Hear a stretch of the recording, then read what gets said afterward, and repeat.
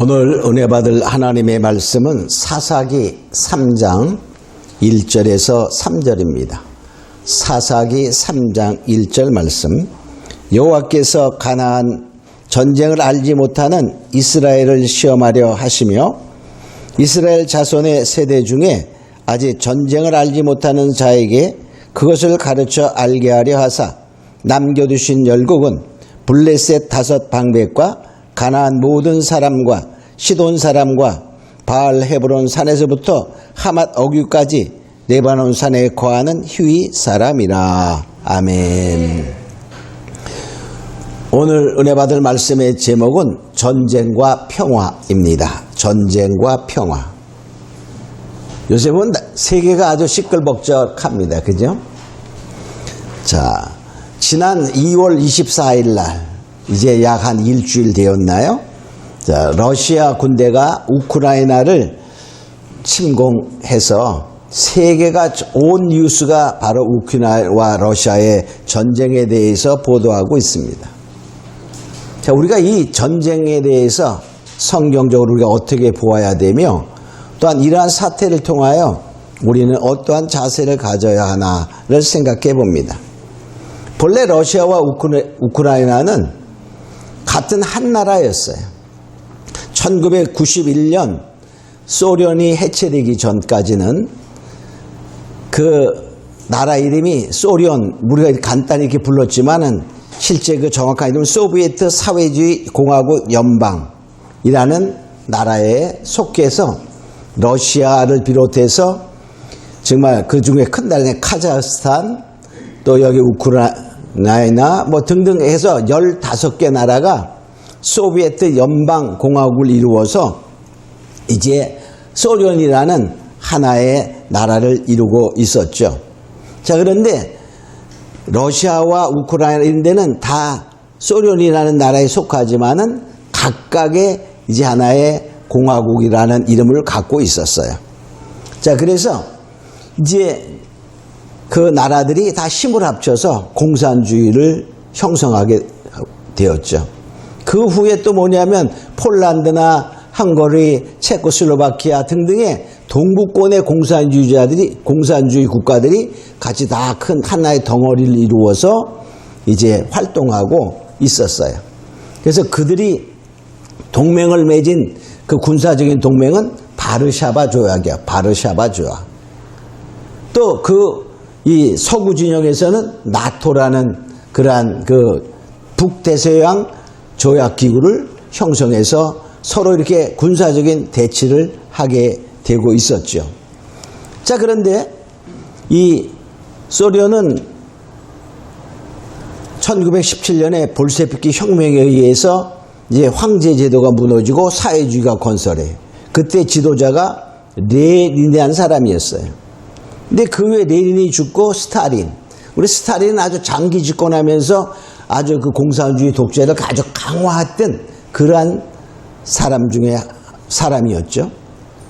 자, 그런데 이제 그 소련의 수상, 서기들이 점점 이렇게 지내오면서 마지막에 이제 붕괴되기 전에는 코르바초프라는 그러한 공산당 서기, 그 소련의 그 수상이 이제 지배하게 되는데 그때 개혁 정책을 쓰게 됩니다.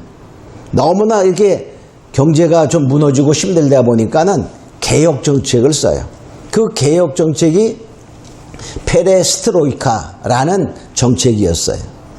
페레는 다시라는 뜻이고 또 스트로이카라는 말은 건축이라는 뜻이야. 그래서 다시 세운다. 즉 국가를 개혁한다. 그런 정책이었어요. 그래서 약간 시장 경제도 도입하고 막 그러면서 근데 그것이 성공적으로 된 게 아니라 제대로 잘 안 됐어요.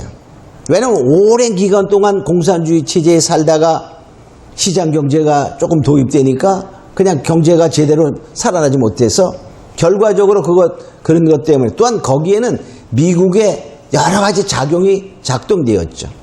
그래서 이제 소련이 해체가 됩니다. 소련이 해체가 되면서 이제 15개의 나라가 각각 독립을 하는 거야. 그리고 또 이 동구권 뭐 헝가리, 폴란드, 체코 이런 나라들도 마찬가지로 별도로 그 범위에서 벗어나서 소련이 해체가 돼버렸어요. 그래서 바르샤바 그 조약기구도 완전히 해체가 되고 말았습니다. 자, 그런데 이제 그렇게 세월이 지나다가 보니까는 나토라는 거는 계속 존속하고 있어요. 나토는 북대서양 조약기구인데, 대서양은 바로 우리 옆에 있는 큰 일본 저쪽으로 하면 태평양이고, 그 태평양하고 건너가면 미국 나오죠. 미국 대륙 지나서 가면 대서양이야. 그 옆으로 돌면 뭐 되는 거야. 저쪽으로 돌아가서 뭐 영국도 있고 뭐 그런 데가 이제 대서양. 거기에 조약기구입니다. 근데 그것이 12나라로 시작했는데 나중에는 그 폴란드나 헝가리나 이런 공산주의자 국가들이 다 나토에 가입을 해. 또 15개의 그 러시아 빼놓고 이게 다 독립을 했잖아요. 한중에 많은 나라들이 또 이제 나토에 가입을 하게 되는 거예요. 그러니까 결과적으로 친러 그 나라들 몇 개 외에는 다 나토에 가입을 하게 됩니다. 그러니까 결과적으로 나토에 가입을 하니까 그 소련을 준비했던 바르샤바 조약이 해체되고 러시아는 이제 이웃에 있던 나라들이 다 나토로 가게 되는 거예요. 그러니까 위협을 느끼게 되는 거예요. 그때 이제 우리가 지금 나오는 벨라루스라든가 우크라이나라든가 이런 나라들은 친러 계통이에요. 친러. 그러니까는 나토에 가입을 안 했었어요. 그러다가 이제 그 사이에 어떤 일이 일어났었냐면 2008년에는 조지아라는 그 독립한 그 위성국가가 이제 침략을 받아요. 소련에. 이제 그런 사건이 일어났어요. 그럴 때에 다른 나라들이 도와주질 않았어요. 줄 수가 없어요. 근데 그 당시까지도 우크라이나는 친러였어. 친러. 그러니까는 뭐 이 나토에 가입할 이유가 없지요. 또 소련이 침략할 이유도 없어. 자, 그런데 2014년에 어떤 사건이 벌어지냐면 이 우크라이나의 저 남쪽에 크림 반도라는 중요한 반도가 있었어요. 그때 뭐 했냐면 이제 러시아가 크림 반도를 침략합니다. 크림 반도를 침략하는데 왜 침략했냐 하면은 러시아로서는 굉장히 중요한 그 곳이에요. 왜냐면 거기에 흑해가 있어요. 흑해. 그 러시아의 흑해 함대가 큰 해군의 함대가 있어요. 근데 우크라이나가 독립하면서 그 흑해 함대가 있는 곳이 우크라이나의 땅이 되어버렸잖아요. 그럼 러시아는 함대가 있는데 쉽게 말하면 땅은 자기네 땅이 아니야. 그러니까 빌려 썼어. 임대해서 빌려 쓰는 만기 기간이 2014년입니다. 그러면 물론 연기하면 되지만은 연기하기로 했어요. 그렇지만 계속적으로 그렇게 힘들게 해야 되니까 크림 반도를 침범하게 되는 거예요. 그런데 침범하면서 그 크림 반도에는 친러계가 많았어요. 그러니까 친러계는 많이 형성을 했지. 친러계가 많았어. 그래서 결과적으로 크림 반도를 이제 러시아가 이제 독립식으로 별로 하는 것처럼 해놓고 러시아에 속하는 합병이 되게 됩니다. 그러니까 이제 흑해 함대가 자유롭게 흑해를 사용할 수 있게 되는 거예요. 그러면서 또 다시 뭐냐면 그때부터 러시아에서 어떤 정책을 쓰냐면 그 우크라이나의 동쪽에 돈바스라는 지역이 있어요. 돈바스. 그 돈바스라는 지역은 이제 친러계를 거기도 많이 있었어요. 근데 이 나라는 우리나라로 보면은 미국이 어떤 나라냐면 큰 미국이라는 나라가 있는데 거기에 각 주가 있잖아요. 그래서 미국도 하나의 미 연방이라고 말하잖아요. 이것처럼 이 우크라이나에도 이 적은 그 우크라이나의 그 다른 민족들 중에는 공화국이 자치주를 인정했어요. 그래서 거기에 돈바스 지역에 어떤 지역은 도츠네크 자치공화국과 우칸스크 자치공화국이라는 두 공화국이 있었어. 그러니까 자치구야, 자치구. 그러니까 러시아에 속한 것이 아니라 우크라이나에 속한 것이죠. 근데 거기 친러계가 많았어. 그래서 거기에서 이제 그 친러계를 통하여 반군을 일으키는 데 도움을 줍니다. 그래서 돈바스 지역의 두 자치공화국과 우크라이나 전체 거기하고 이게 내전이 벌어지게 만들어. 그러니까 2014년부터 지금까지 계속된 거예요. 자, 그러면서 이제 뭐냐면 이 우크라이나 전체에 해당되는 곳에는 반러 그 정권이 들어게 쓰게 됩니다. 반러 정권이. 그러니까 반러 정권이 들어서서 뭐 하기 시작하는 거야? 이제 유럽의 서구하고 친해지려고 애를 쓰는 거야. 그래서 나토에 가입하려고 나토에 가입 신청도 내고 막 그런 식으로 되었어요. 그러니까는 러시아로 봐서는 어떻죠? 약간 만일에 나토에 가입이 되면은 나토의 군대가 온다는 말은 미군도 온다는 얘기야. 그러니까 턱 밑에 미군이 주둔할 수 있는 법적인 권리를 갖게 되는 거야. 그러니까 러시아에서는 그래서는 안 되겠다 이런 생각을 할 수 있겠죠. 그래서 뭐냐, 돈바스 그 지역의 두 자치국을 러시아가 하나의 독립국으로 선언해 버립니다.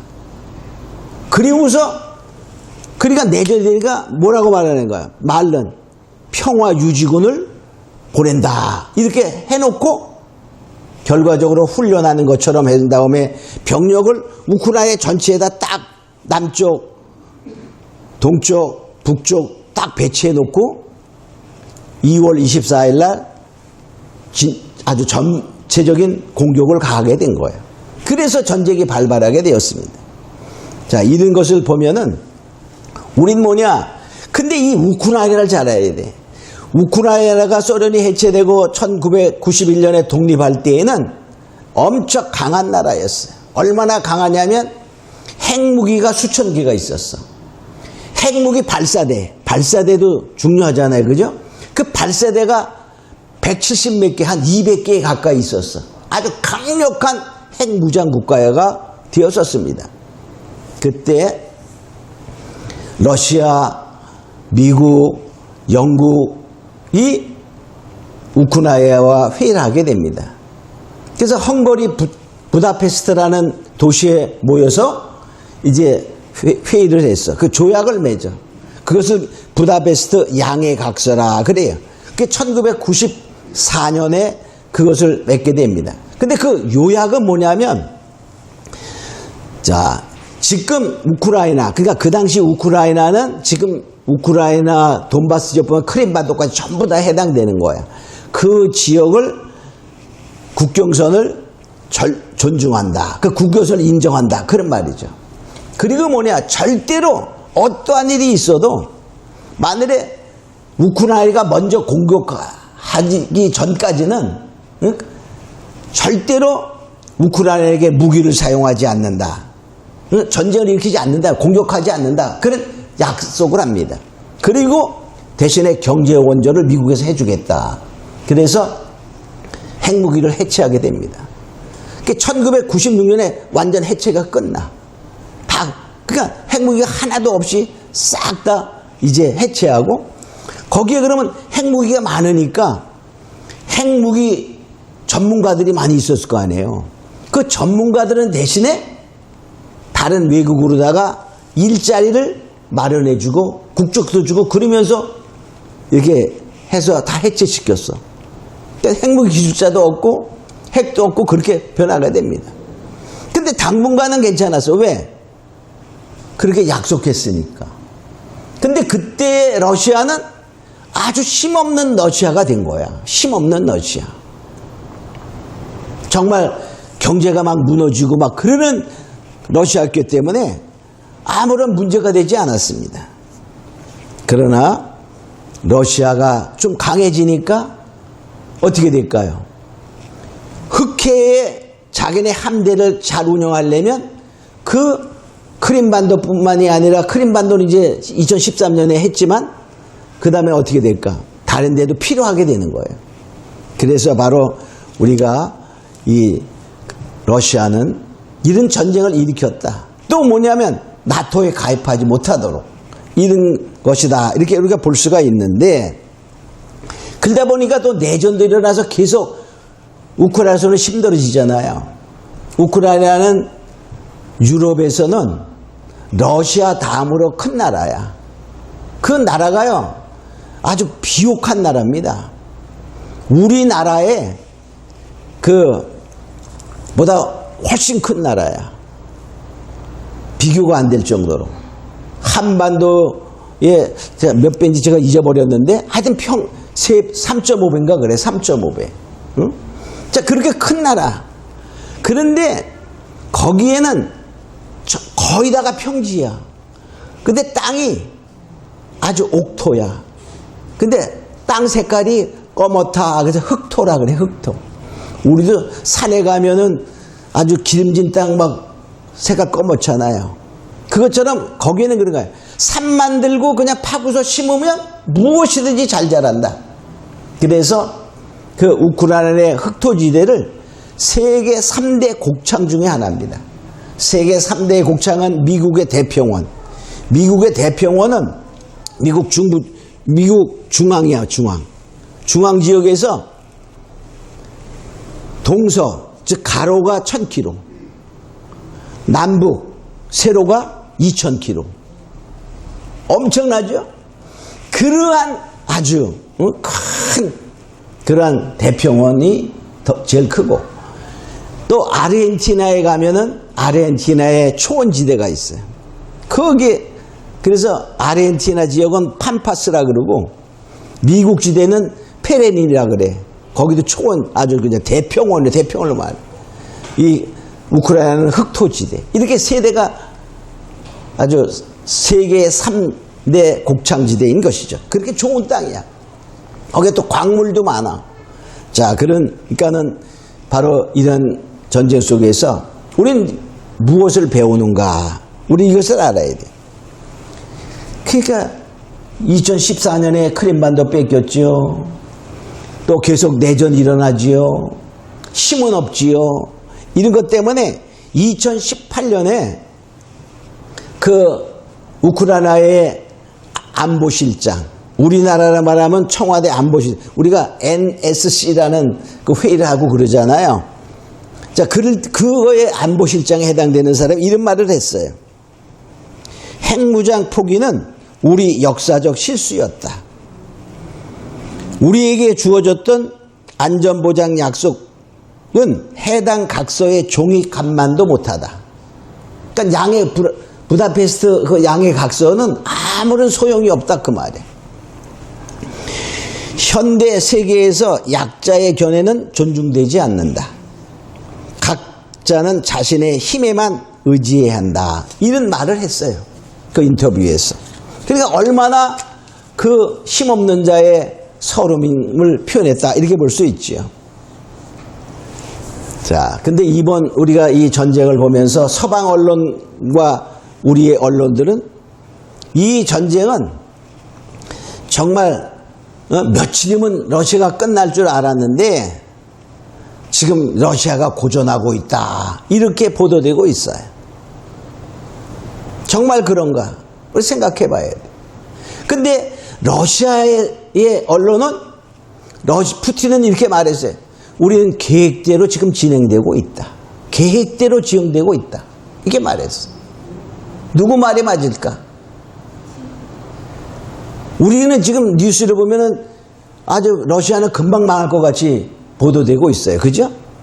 물론 힘들어집니다. 자, 그런데 우리는 여기에서 뭐냐? 이 어떠한 자세를 가져야 되는가? 이게 중요한 거예요. 우리 우크라이나 대통령이 젤렌스키라는 사람인데 이 젤렌스키가 죽음을 각오하고 자기는 이거를 나라를 지키겠다 이렇게 말했어요. 그러니까 국민들이 전부 다 열심히 정말 화염병을 만들어서 대항하는 식으로 대항하는 그러한 모습도 우리가 보여주게 되었죠.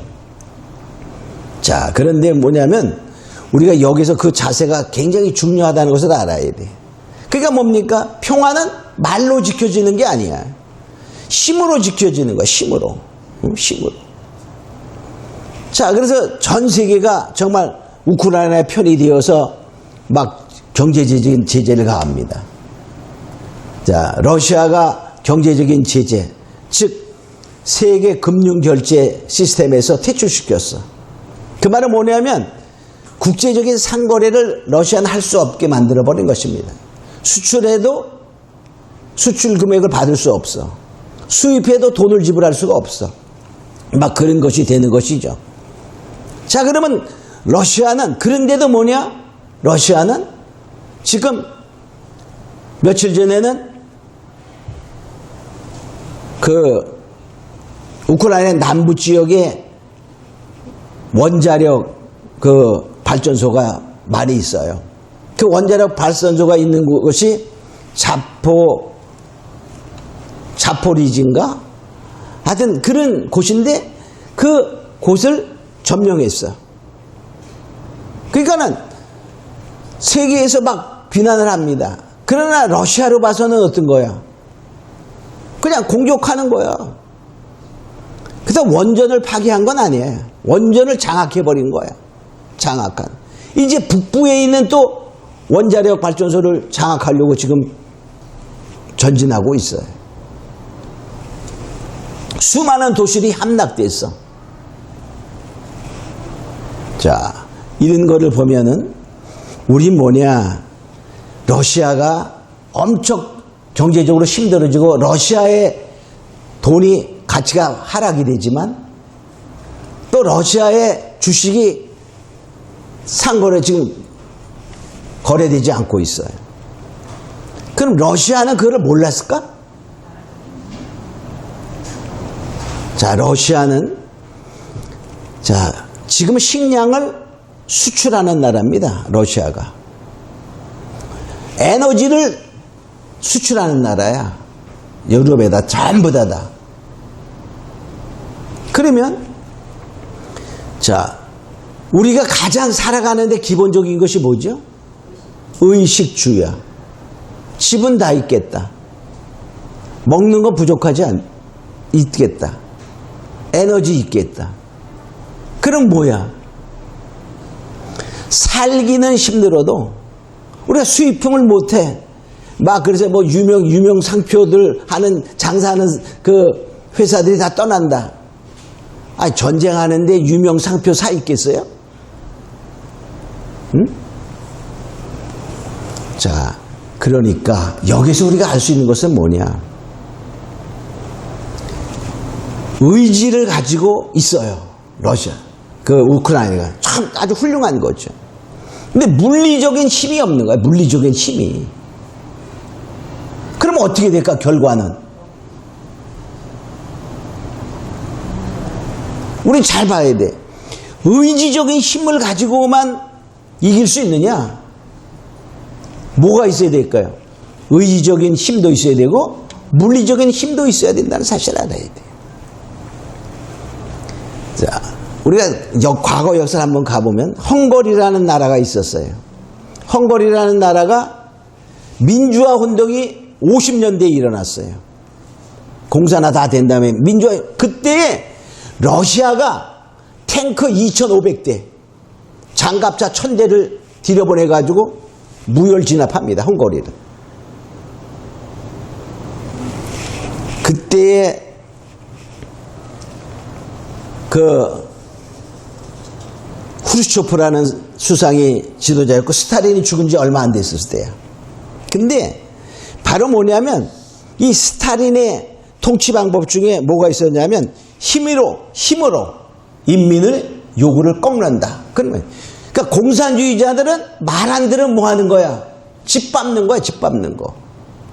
말로는 평화, 평등, 평화, 민주, 평등을 제일 많이 외치는 자들이 공산주의자들입니다.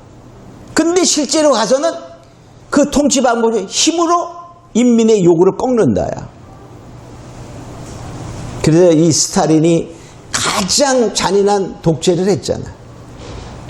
자, 우리가 이런 것을 보면서 힘이 없으면 안 됩니다. 의지도 없어도 안 됩니다. 또 우리 하나를 보면 의지가 없어도 안 되는 것은 뭐가 있냐면, 작년에 아프가니스탄이 탈레반에게 침공당해서 그냥 함락됐어요. 카불이. 그럴 때 어땠죠? 미국이 평화협정을 맺고 탈레반과 평화협정을 하고 떠났어. 떠나기도 전에 철수 시작, 떠나기 전 한 달 전, 다 떠나기 한 달 전에 그냥 함락됩니다. 이때 아프가니스탄의 군대는 30만이었고 탈레반은 7만이었어요. 무기로 따지면 상대가 안 돼. 근데 아프가니스탄 군대들은 싸울 용기가 없었어. 의지가 없었어. 물리적인 힘은 강했지만 싸울 용기가 없으니까 그냥 탈레반이 오면은 총 주고 비행기 다 타고 항복하는 거야. 우린 물리적인 힘도 강해야 되고. 지금 우크라이나는 의지적인 죽기를 결단합니다. 근데 물리적인 힘이 약하다는 거야. 아프가니스탄은 어땠죠? 물리적인 힘은 강했지만은 싸울 의지가 없으니까 그냥 함락되는 거예요. 우린 여기서 두 전쟁에서 우리가 받는 교훈이 무엇일까? 이걸 생각해 보면, 그 말은 다른 말로 진정한 평화를 우리가 얻고자 하면, 그런 뜻이죠. 첫째, 전쟁을 알아야 한다. 여기 보니까 이렇게 말하고 있어요. 사사기 3장에 보면 있죠. 자, 이스라엘 자손의 세대 중 전쟁을 알지 못하는 자에게 그것을 전쟁을 가르쳐 알게 하사. 그래, 전쟁을 반드시 알아야 된다, 그 말이에요. 전쟁에 대해서 알아야 돼. 전쟁은요, 우리가 원하지 않습니다. 그러나 일어난다는 거예요. 우리가 원하지 않아도 전쟁은 일어납니다. 세계 역사를 보면은, 역사가 이렇게 전쟁 역사를 기록한 그 기록을 조사한 사람이 보니까 약 3421년 동안에 전쟁이 없는 그런 시기가 268년이었대. 그러니까 약 8%야. 그러나 100년에 92년은 전쟁한다, 그런 뜻이야. 그러니까 계속적으로 전쟁은 이어지고 있다는 사실을 알아야 돼. 우리가 봐도 세계 도처에서 계속 전쟁은 일어나고 있다는 것입니다. 자, 또 뭡니까? 전쟁에는 반드시 원수가 있는데 그 원수는 어떻게 되냐? 끌어안는 게 아닙니다. 타협하는 게 아닙니다. 대적하라, 이렇게 말하고 있어요. 야고보서 4장 7절에 보면 마귀를 대적하라, 그리하면 너희를 피하리라. 대적해야 피한다는 거예요. 우리는 대적하기 위해서는 뭐 해야 됩니까? 힘이 있어야 되는 거야. 힘 없이 대적하면 맞는 거야. 바로 그러므로 힘을 기르며 또 의지적인 용기로서 우리가 용기를 갖고 대적해야 된다는 것입니다. 왜냐하면 원수는 우리를 죽이려고 하기 때문에 그래. 베드로전서 5장 8절에 보면 너희 대적 마귀가 우는 사자같이 두루 삼킬 자를 찾나니. 그러니까 결과적으로 마귀는 우리의 원수요, 사단의 세력이요, 이런 대적입니다. 그 대적은 우리를 삼켜버린다고 그런 말이에요. 다른 말로 죽이는 거예요. 죽이는 거. 그러므로 우리는 이러한 것을 보면서 뭐 해야 된다고요? 우린 의지적인 그러한 싸우고자 하는 것이 필요하고, 또한 무엇이 힘이 있어야 한다 하는 것이죠. 자, 우리가 이제 그것을 보면서, 그러면 우리가 크게 두 번째로 우리가 전쟁에 임하는 자세가 중요한 거예요. 전쟁에 임하는 자세. 자, 전쟁은 힘 있는 자가 이기는 거예요. 아까 얘기했죠. 무슨 힘? 물리적인 힘이 있어야 돼요, 우선. 두 번째는 뭡니까? 싸우고자 하는 용기, 의지적인 힘이 있어야 되는 거예요. 그래서 우리 그러면 로마는 옛날에 세계의 강국이었잖아요. 로마의 전략가 중에 베제테우스라는 사람이 이런 말을 했어요. 평화를 원하거든 전쟁을 준비하라. 평화를 원하거든 전쟁을 준비하라. 이 말은 좀 잘못된 말 같지만 실제는 뭐냐? 이 평화는 전쟁을 준비할 수 있는, 전쟁 준비가 잘 되어 있을 때 평화를 지킬 수 있다. 평화를 얻을 가능성이 있다. 그런 말이에요. 평화는 평화를 지지하는 노력으로 되는 것이 아니라 전쟁도 불사하겠다는 응전 자세로 유지되는 것이다. 또 전쟁을 피하고자 전쟁할 준비를 하지 않는 자. 전쟁을 하지면 안 돼. 그러면서 평화 때문에 다 이런 걸 해서는 안 돼. 라고 하면 그 말이야. 전쟁을 피하고자 전쟁을 준비하지 않는 자는 결코 전쟁을 피할 수 없다. 이렇게 결과적으로 말로 평화를 찾다 보면 결과적으로 뭐죠? 준비 안 하고 나중에 먹혀버린다. 그런 뜻이 되는 것이죠. 자, 우리는 이러한 것을 보면서 이번 사태를 통하여, 이번 우크라이나 사태를 통하여 유럽이 깨어나고 있어요. EU, 유럽연합이잖아요. EU는 유럽의 경제연합이고 군사적인 그 연합은 나토야. 근데 그 나토 회원국들이 미국에서 계속 전력을 국방비를 많이 책정하려도 안 했어. 특히 잘 안 한 나라가 독일이야, 독일. 부자 나라면서. 근데 독일이 이번에 정신을 바싹 차렸어. 그래서 독일이 회의하면서 135조의 국방비를 증액하도록 작정을 했어. 그래서 많은 무기들을 사들이도록. 그래서 혹자가 이런 말을 했습니다. 미국의 역대 대통령이 독일에게 그렇게 요청했고 했던 것이 푸틴이 한 방으로 해결했다. 응? 바로 우리 뭐냐, 힘이 없으면 당한다는 사실을 깨달은 거예요. 자, 우리 이런 거를 보면서 이번에 어떤 일이 있었냐면요, 이 막 인터뷰들 하잖아요. 그래서 우리나라 어느 방송국에서 지금 그 국방장관, 우크라이나 국방장관을 인터뷰하기 힘드니까 바로 전 국방장관 인터뷰를 하는 내용 중에 여러 가지 예욕을 하면서 정말 힘들다, 뭐 국제가 도와줘야 돼, 이런 얘기를 했겠죠. 그리고 마지막으로 한 말이 이런 말에 기자가 물어봤겠죠. 한국이 주시는 하나 말씀을 하시죠. 아마 이렇게 했겠죠. 그때 그가 마지막으로 한 말이 말이에요. 한국은 늘 주변을 살펴보며 싸울 준비가 되어 있어야 한다는 교훈을 받았으면 좋겠다. 이런 말을 했어요. 자, 우리가 이러한 것을 보면서 우리는 이 전쟁이냐 평화냐, 평화를 얻고자 하냐? 그러면 뭐 해야 된다? 늘 싸울 준비가 되어 있어야 된다. 그 말은 준비가 되어 있다는 말은 힘이 있어야 된다. 그런 뜻이야. 이게 평화는 말로 지키는 것이 아니라 힘이 있을 때 우리가 평화를 지키자는 의지로서 지켜진다는 사실을 기억하고, 우리는 더욱더 정말 이 대한민국이 강성한 나라요. 정말 힘 있는 나라요. 정말 의지적인 국가를 사랑하는 민족들이 더 되어지기를 원하는 마음으로 우리 잠깐 동안 다시 통성으로 기도합시다. 고마우리 하신 아버지 하나님 감사합니다.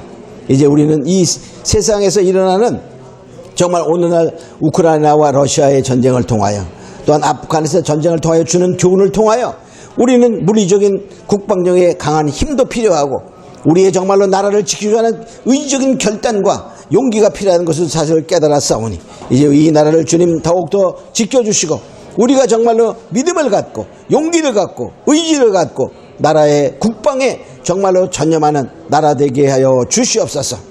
감사하고 믿사하며 예수님의 이름으로 기도합니다. 아멘.